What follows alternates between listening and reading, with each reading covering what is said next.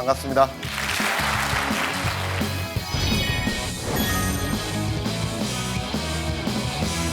오늘 특별히 파주를 왔습니다. 여기 학교 이름 뭐죠? 네, 생긴 지 얼마 됐어요?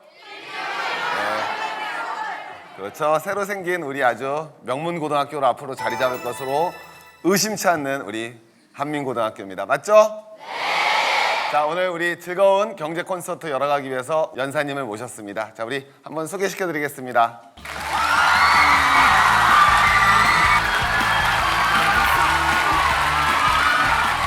여러분 안녕하세요. 전 벨기에에서 온 줄리안입니다. 함께 공부할 수 있다는 게 너무 기쁘기 때문에 오늘 함께 좋은 강연 들 수 있도록 열심히 기억했습니다.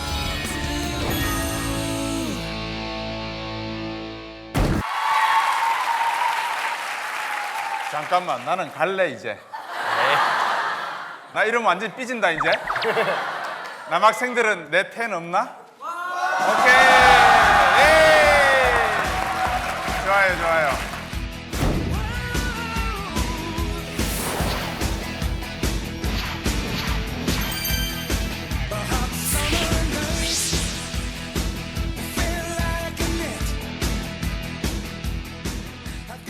자, 이제 시작 한번 해보겠습니다. 강연 부탁드리겠습니다. 네.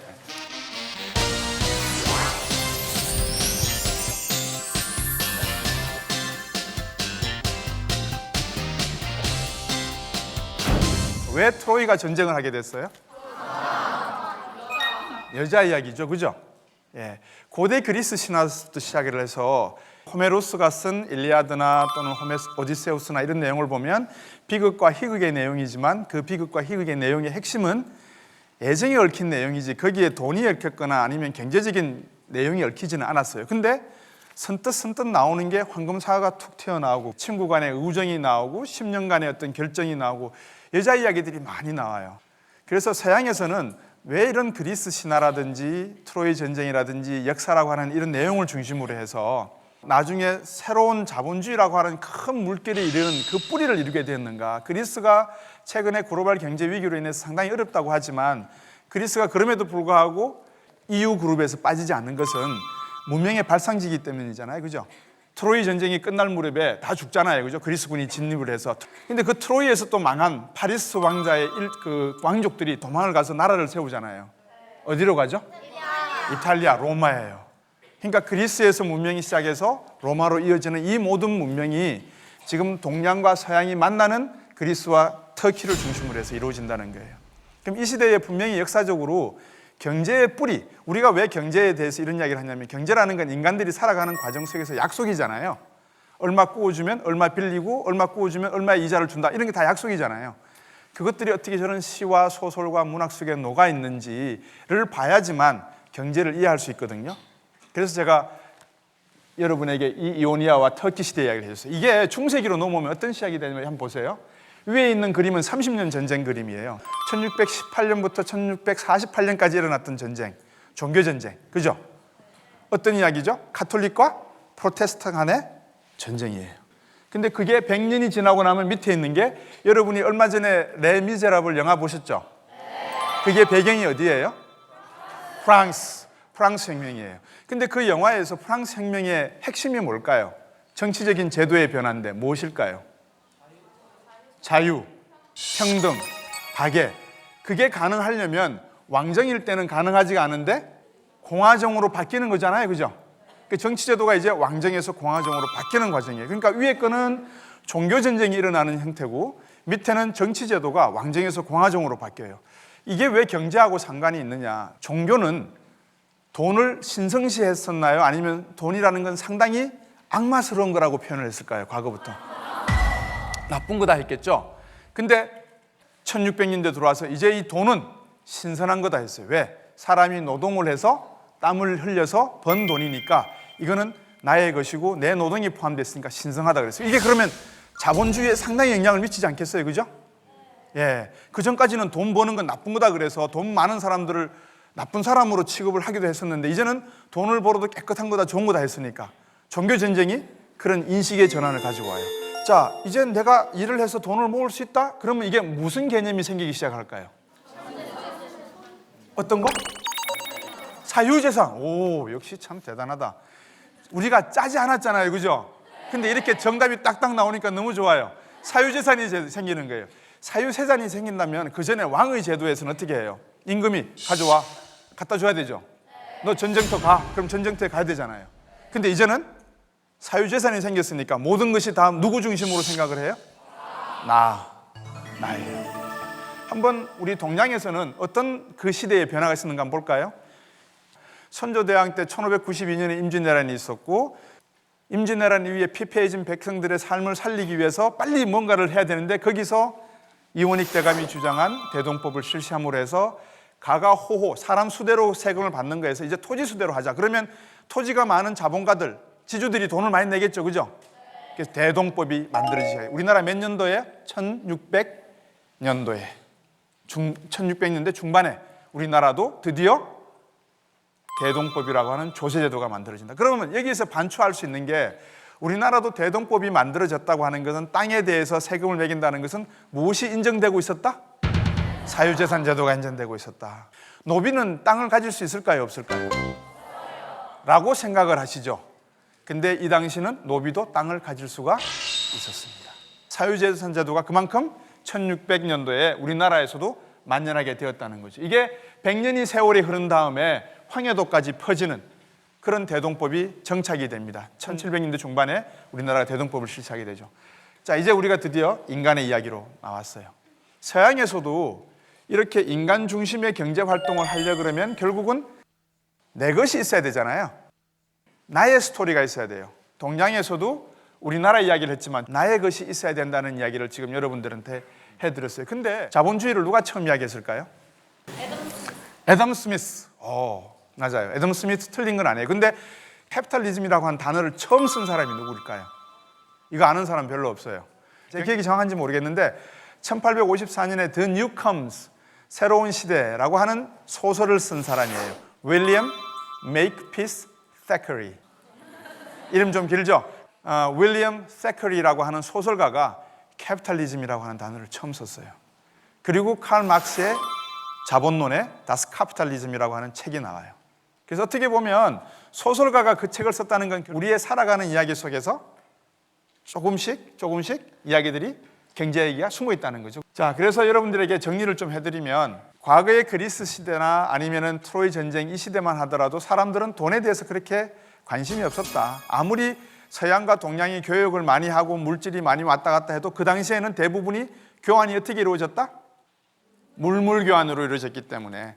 근데 이제 이 물물 교환이 이루어질 때는 황금이 나오고 뭐 화살, 금화살이 나오고 하지만 이게 점점 시대를 옮겨져 나가면서부터 화폐가 발생이 되고, 그죠? 발견이 되잖아요. 발명이 되고. 그래서 이런 화폐가 만들어지고 내 것이 생기고 소유권이 생기고, 그 다음에 정치제도도 이제 왕정에서 공화정, 모든 사람이 다 평등한 그런 형태가 바뀌면서 자본주의는 서양에서 급격히 새로운 하나의 가치를 창출해내게 돼요. 너무 이게 빠르다 보니까 사람들이 고민해요. 돈이 있어야 행복한가? 왜 부자만이 행복할 수밖에 없지? 내가 공부를 열심히 하는 것은 돈을 많이 벌기 위한 것인가? 아니면 행복하기 위한 것인가? 행복이란 무엇인가? 양극화는 왜 발생하는가? 이런 모든 우리가 관념적으로 생각하는 문제들이 하나씩 나오기 시작하는 겁니다. 어때요? 좀 관심 있게 들으셨어요? 네. 그래서 서양의 이야기, 동양의 이야기, 좀 시작은 떨어져 있지만 우리가 같은 방향으로 자본에 대해서, 자본주의 경제, 시장 경제에 대해서 가고 있다. 이 정도로만 여러분들께서 이해해 주시면 고맙겠습니다. 이 정도로 할게요. 고맙습니다.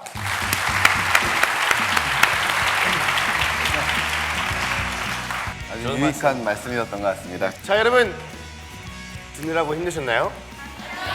네. 매번 들었던 왜 그래요? 왜 그래? 그래서 솔직히 이렇게 선생님께서 너무나 강연 재밌게 하셔가지고 고맙습니다. 예. 저도 너무나 귀 껏 열고 너무 그랬어요. 네. 감사합니다. 감사합니다.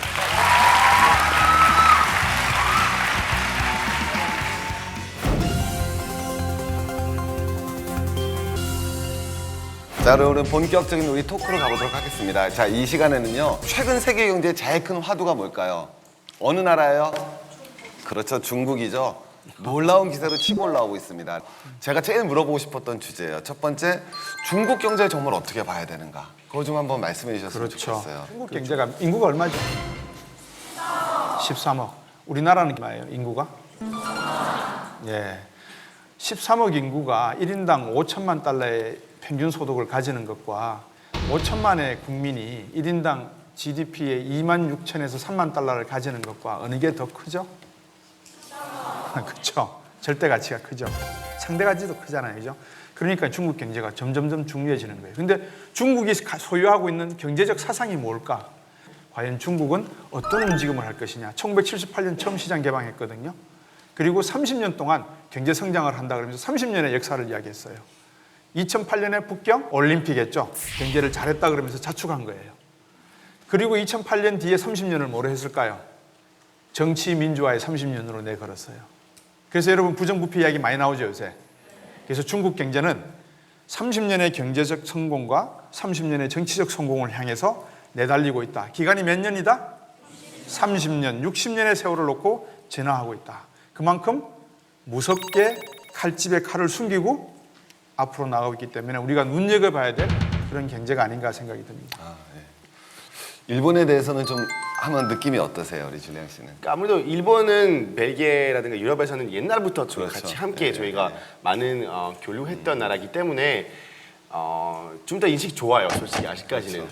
맞아요. 이렇게 우리가 넓은 시간을 가져야 되는 게 우리가 일본 하면 좀 많이 무시하는 경우도 있는데 18세기에 일본 수도의 인구가 100만 명이 넘어요. 그래서 전 세계에서 인구가 가장 큰 도시가 파리가 아니에요. 파리가 그때 50만 명이거든요. 일본이 100만 명이에요. 우리 한양이 10만 명, 15만 명 할 때예요. 그러니까 그 당시에 일본의 이런 상공업의 발전들은 대단했었어요. 저희는 그걸 애써 무시하고 놓칠 수 있지만 예를 들어서 우리 중국이란 말은 차이나가 뭐에서 온 거예요? 도자기죠? 그잖아요. 차이나란 말이 우리 차이나 그러면 도자기거든요. 원 차이나 뜻이죠. 서양 애들이 16세기까지 차이나를 못 만들었어요. 도자기를. 서양 애들은 뼈가루 집어넣어서 간신히 만든 게 뼈 들어가는 번차이나예요. 재패는 뭘까요? 칠기예요, 칠기. 이 칠기 기술 있잖아요. 그게 서양에 알려지면서 그러니까 이 서양 애들이 어땠냐면 중국 보고서는 야 도자기를 만드는 신비의 나라였고요. 일본을 보고서는 칠기를 만드는 신비의 나라였어요. 그 사이에 우리가 있어요. 그리고 우리도 많은 걸 이루어냈기 때문에 우리 친구들이 보다 좀 더 세계사적인 시각을 가지고서 우리 중국과 일본을 바라보고 세계 경제를 바라보는 시각을 길러나갔으면 좋겠다. 이렇게 정리하면 될까요? 그렇죠. 네. 제가 뭐 굳이 조금 살을 더 붙이면 중국에서 도기 기술을 가져와서 우리도 상당한 고려청자, 백자 기술이 있고요. 낮은 칠기 다 아시잖아요. 그러니까 다 우리 거예요. 아까 제가 말씀드렸잖아요. 트로이의 조상이 누구라고요? 로마의 조상이 누구라고요? 트로이. 이게 다 돌아가는 거예요. 결국 우리도 충분히 한반도 가교 역할, 브릿지 역할을 중국과 일본 사이에서 했다. 그 자부심을 가지고 우리가 뭔가를 찾아야 된다. 이렇게 보시면 될 것 같아요. 네, 참 좋은 말씀 같습니다. 그래서 우리 이렇게 정합시다. 한국이란 나라가 우리 동북 삼성도 있고 그리고 북한도 있잖아요. 그래서 우리 교량적 역할을 더 크게 했을 때 한반도 경제가 미래 비전을 갖춰 나갈 수 있다. 이 정도로 정리하면 될 것 같고요. 요새 경제 부모님이 좋아진대요, 어려워진대요? 자, 그럼 우리 두 번째는요. 왜 이렇게 경제가 어려워지고 사람들이 왜 이렇게 돈 하는지 한번 가보도록 할게요. 벨기에도 그래요? 벨기에는 아무래도 한국만큼 좀 안 그런 것 같은 것 같아요. 왜냐면 나라에서 아무래도 복지 제한이 제도 잘 돼 있다 보니까 조금 더 내가 열심히 해서 벌어야 되는 것도 좀 덜하고 또 이게 학비가 훨씬 많이 적게 들어요. 저희는 뭐 저희 친형이 다녔던 대학교는 1년에 10만 원이었어요. 우리는 경제를 오늘날까지 가져오기 된 시간은 몇십 년에 불과하죠. 그죠? 6.25 전쟁 이후에 지금 한 60년 좀 지났죠. 그 시간 동안에 기적을 이루은 나라예요. 근데 유럽은 아까서 종교개혁까지 전쟁도 하고 왕정에 대한 전쟁도 하고 수많은 관념론과 철학을 가지고 투쟁하고 이론도 만들고 철학적 논쟁도 하면서 만들어 온 나라. 예를 들면 스웨덴, 핀란드, 노르웨이 같은 나라도 복지정책을 하기 위해서 무려 30년 동안 의회에서 이야기를 한 나라예요. 그러니까 그런 역사적인 배경이 있다는 거거든요. 돈 이야기할 때 그 돈에 대한 이야기를 조금 더 철학적이고 역사적인 가치관과 인식 체계를 이렇게 엮어서 가져갈 시기가 언젠가는 도래할 것 같아요. 여러분들께서 그런 그 뼈대를 만드셔야 될 세대가 아닌가 저는 그렇게 보고 있습니다. 제가 봤을 때는 이게 목적이 중요한 것 같아요. 내 목적이 행복해지는 거라면 이게 뭐 행복할 수 있겠지만 내 목적은 돈만 버는 거라면 그럼 행복하지 못하는 것 같아요. 그 만말리가 했던 말 중에서 이게 자기 꿈이 돈이라면 돈이 숫자잖아요. 숫자 끝이 없잖아요. 그럼 꿈도 절대로 끝 못 찾아요. 그래서 말이네. 약간 내 꿈은 돈 부자 되는 것보다 이런 거 해서 그다음에 돈도 같이 따라올 수 있는 그렇지만 이렇게 어떤 정확한 목적 정해지는 것도 좋은 것 같아요. 이게 국민소득도 2만 불 될 때까지는 행복지수와 물질 간의 관계가 뚜렷이 비례관계가 있잖아요. 근데 그게 넘어가서부터는 없거든요. 그러니까 여러분들도 꼭 돈을 다른 것과의 연계성 속에서 바라보는 수단적 가치로만 대우했으면 좋을 것 같습니다. 여러분 직업이 뭐예요, 여러분은? 자, 그러면 여러분들 지금 뭐 열심히 해요? 자, 공부 열심히 하면 우리 돈 많이 벌까요, 안 벌까요? 자, 우리 그거 한번 얘기해 봅시다. 아주 우리 돈에 관련된 가장 좋은 주제 같아요, 그죠? 내가 지금 이렇게 열심히 공부하면 돈을 많이 벌까? 박사님 어때요? 제가 경험한 바로 의하면 공부를 잘하면 돈을 번다. 그렇지만 항상 늘 반드시 무조건 번다는 아니다. 공부를 반대도 맞아요. 반대 가설도 맞아요. 예를 들면 공부를 못하면 돈을 벌지 못한다. 맞다. 그렇지만 항상 돈을 벌지 못하진 않는다. 아주 재밌는 질문하죠. 줄리앙 씨는 공부 못했죠? 저는 공부 못하진 않았지만 대학교 졸업하진 않았어요. 그러니까 저는 빨리 고등학교 졸업했거든요. 그러니까 1년 빨리 그 뭐라 그러죠? 한국말로 자꾸 까먹는데. 뭐라고요? 조기 졸업. 저기 졸업했어요. 저는 잘하신 그러니까 건데 굉장히. 원래 저는 공부하는 게 되게 못했어요. 집중 같은 거 하는 게 못했지만 항상 조금 이렇게 좀 머리가 깨 있고 좀 많은 거 되게 궁금하고 되게 좀 내가 이런 거 되게 재밌다 하면 그럼 거기다가 열정 굉장히 부었던 성격이었어요. 그래서 공부도 빨리 접게 됐던 게 제가 빨리 일하기 시작해서 그랬던 거거든요. 그러니까 솔직히 공부는 좋은 일자리 찾기 위한 어떤 수단이긴 한데 그 안에서 빨리 찾게 되면 뭐 빌 게이츠라든가 뭐 스티브 잡스도 좀 빨리 자기네가 하고 싶은 어떤 거 생겼기 때문에 접었던 것이 그냥 놀기 위해서 접었던 거 아니잖아요. 그러니까 그게 중요한 것 같아요. 항상 빨리 기다리는 사람도 있겠지만 빨리 기다리지 못하면 그래도 공부하는 게 훨씬 더 좋은 것 같거든요. 그리고 계백 속담 중에서 무식한 것보다 공부하는 게 낫다라는 속담이 있어요. 근데 정말 정답인 것 같아요. 솔직히 모르는 것보다 그래도 아는 게 중요한 것 같고 그리고 평생 하는 게 공부거든요. 그러니까 여러분들도 여러분들이 세운 꿈과 희망이 있다면 그 꿈과 희망을 향해서 가시다 보면 그게 내가 행복한 것이고 그게 내가 가야 할 목적지가 되는 것이에요. 거기에 부차적으로 돈이 따라와주면 좋다 나쁘다? 좋다. 거기에 부차적으로 미인이 얻고 미남 남편을 얻으면 더 좋다. 예. 자, 이번에는 이제 우리 학생들 뭐 아무 주제나 어떤 거나 궁금하신 거 있으시면 질의하고 응답하는 시간 갖도록 할게요. 자, 우리 번쩍 손 한번 들어볼까요? 우리 저 끝에 학생. 물건을 구매할 수 있는 능력이 안 되는 사람들은 회사에서 소비자층으로 생각하지 않을 거 아니에요. 근데 소비자층을 늘리는 게 또 그 회사한테는 이익인 거잖아요. 그러면은 그 소비자층을 늘리는 방법은 그 사람들을 고용하면 되는 거 아닌가? 그래서 그 사람들한테 돈을 주면 그 사람들은 이제 물건을 살 능력이 되고 그럼 그 소비자층이 되는 거 아닌가요? 왜 그렇게 안 할까요? 일자리가 한정돼 있는 거. 방금 저 학생이 답을 했어요. 첫 번째, 일자리가 어떻게 돼 있죠? 한정돼 있죠. 무한대로 늘리고 싶어도 늘리지 못하는 이유가 반드시 있죠. 그죠? 예, 일자리가 한정돼 있어요. 그러니까 일자리는 100개인데 수요와 공급 법칙이에요. 다시. 그렇게 되면 노동의 임금의 값이 어떻게 돼요? 떨어지겠죠. 설사 다 고용한다 하더라도. 그죠? 어떻게 하면 서로가 다 윈윈할 수 있는 방법이 없겠느냐. 근데 경제에서는 항상 존재하는 게 제약선, 한계가 존재한다. 일자리도 한계가 있고 희소하다는 말을 쓰죠. 자본의 희소성. 그렇기 때문에 그렇게 할 수가 없어서 안타깝네요.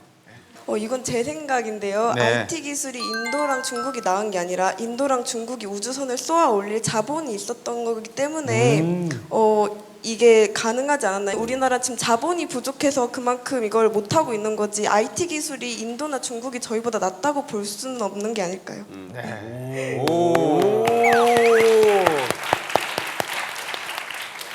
18세기와 19세기 아까 서양에서 막 전쟁하고 이런 시기에 전 세계 GDP의 55%를 차지하던 나라가 중국과 인도예요. 우리가 사업을 하려고 그러면 제일 필요한 게 뭐죠? 투입 요소가? 자본. 자본이 중요하잖아요. 근데 그 자본이 우리가 있었어요, 없었어요?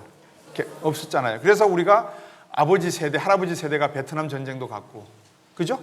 그다음에 소독에 간호사도 갔고, 광부도 갔고, 그죠? 돈이 필요해요. 방금 친구가 하는 말을 두 가지 요건이 다 필요하죠. 기술이 있어야 되겠죠. IT 정보통신 분야에 우리가 세계 기업들과 경쟁하려면 기술도 있어야 되잖아요. 반도체 기술은 세계적이죠. 근데 삼성폰이나 LG폰을 보시면 끝에 작은 스티커에 뭐라고 적혀 있어요? 회사 이름 하나 적혀 있는데 퀄컴. 다시 말하면 스마트폰의 브레인에 해당하는 건 누구 제품이다? 누구 기술이다? 퀄컴사의 기술이다. 그죠? 그 다음에 우주선을 쌓아 올리려고 그러면 자본이 필요하잖아요. 그죠? 예. 그러한 충분히 자본이 있어야지만 기술 개발도, 그래서 무엇이 중요하다는 거예요. 기업들이 돈을 벌면 그 다음에 뭘 해야 돼요? 연구개발비, R&D에다가 투자를 하는 거죠.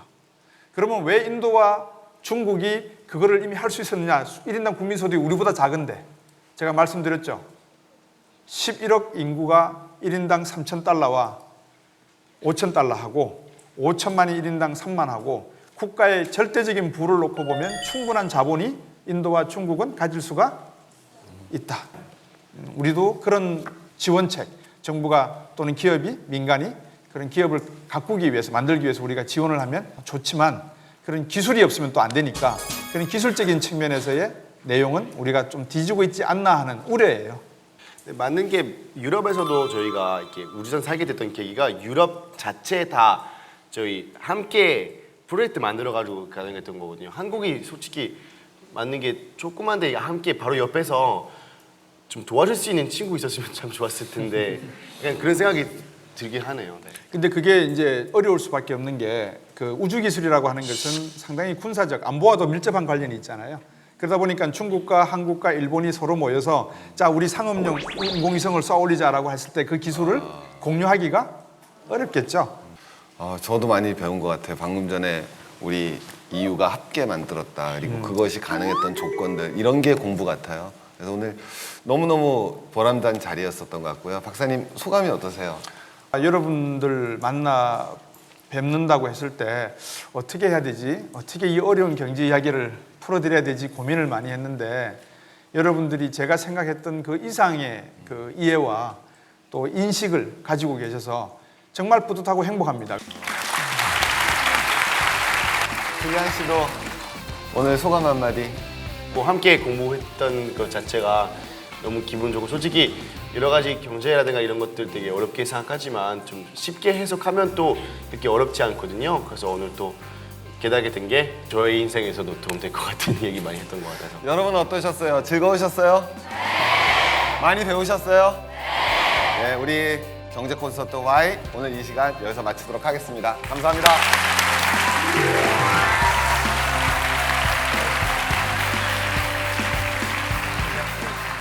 3살부터 8까지 간다는 얘기가 있잖아요.